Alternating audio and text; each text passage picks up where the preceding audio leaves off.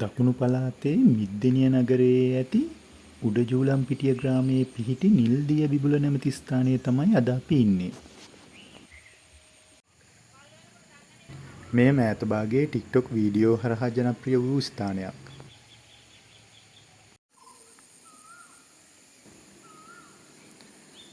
ඇත්තටම මේක මාර ලස්සන තැනක්.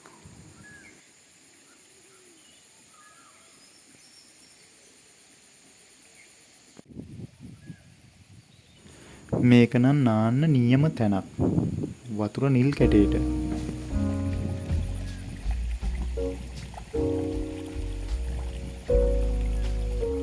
මෙතනට පිවිසෙන්න තියෙන පෞද්ගලික ඉඩමක් මැද්දෙන්.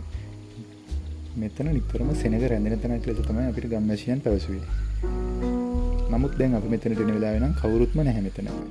ඒකට හේතුව තියෙන්නේ මෙතනට එන මාර්ග ඔක්කොම අවහිර වෙනසේ වහලා දාලා තමයි තියෙන්නේ.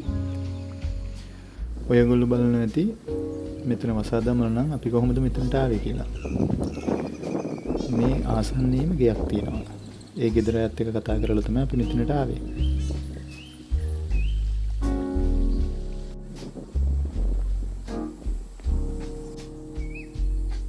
අතනින් තමයි මේක ඇතුළට වතුර එන්නේ.